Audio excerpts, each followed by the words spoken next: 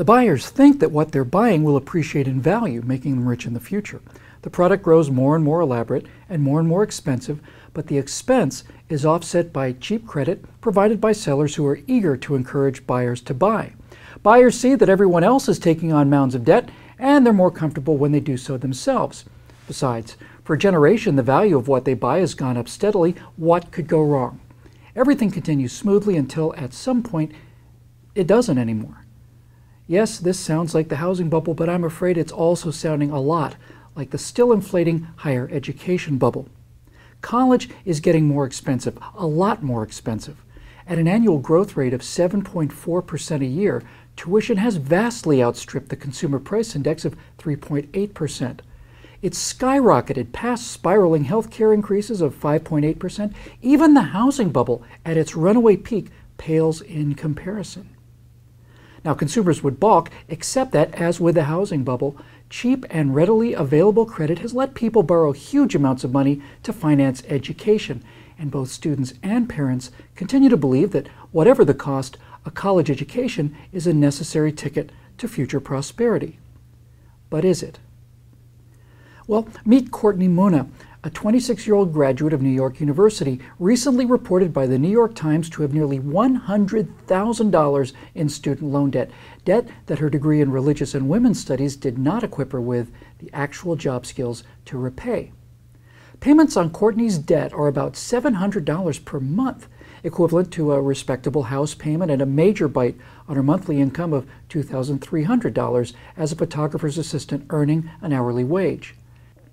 And unlike a bad mortgage on an underwater house, Courtney can't simply walk away from her student loans, which cannot be expunged in bankruptcy. She's stuck in a financial trap, and she's not alone.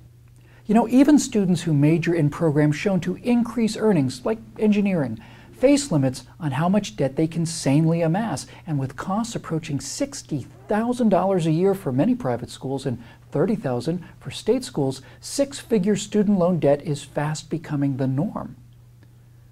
Now, for many, the debt is enough to quash marriage plans. I mean, who wants to marry someone with huge amounts of unpayable debt? It's enough to prevent home ownership and generally wreak havoc on the debtors' lives. In fact, total student loan debt in America has passed the $1 trillion mark, more than total credit card debt and more than total auto loan debt. But as prices have been going up, learning seems to have been going down. A recent book, Academically Adrift by Richard Aram and Josipa Roska, found that 45% of students did not demonstrate any significant improvement in learning during the first 2 years of college, and 36% of students did not demonstrate any significant improvement in learning over 4 years of college. The primary reason, according to the study, is that courses aren't very rigorous. In fact, a recent survey of more than 700 schools by the American Council of Trustees and Alumni found that many have virtually no requirements. Now, perhaps that's why students are studying 50% less than they were a couple of decades ago. And all of this is happening even as millions of people with college educations can't find jobs.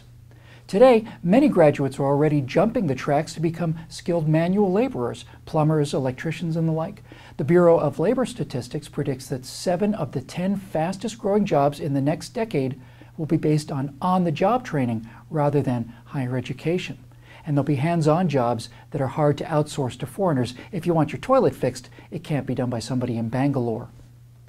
People pursuing these careers will have greater job security in today's economy and will be free from the crushing debt amassed by their more educated peers. Bubbles form when too many people expect values to go up forever. Simply put, the cost of higher education has far outpaced its actual value. The bubble is going to burst. And to purchase this broadside, please visit us at www.encounterbooks.com.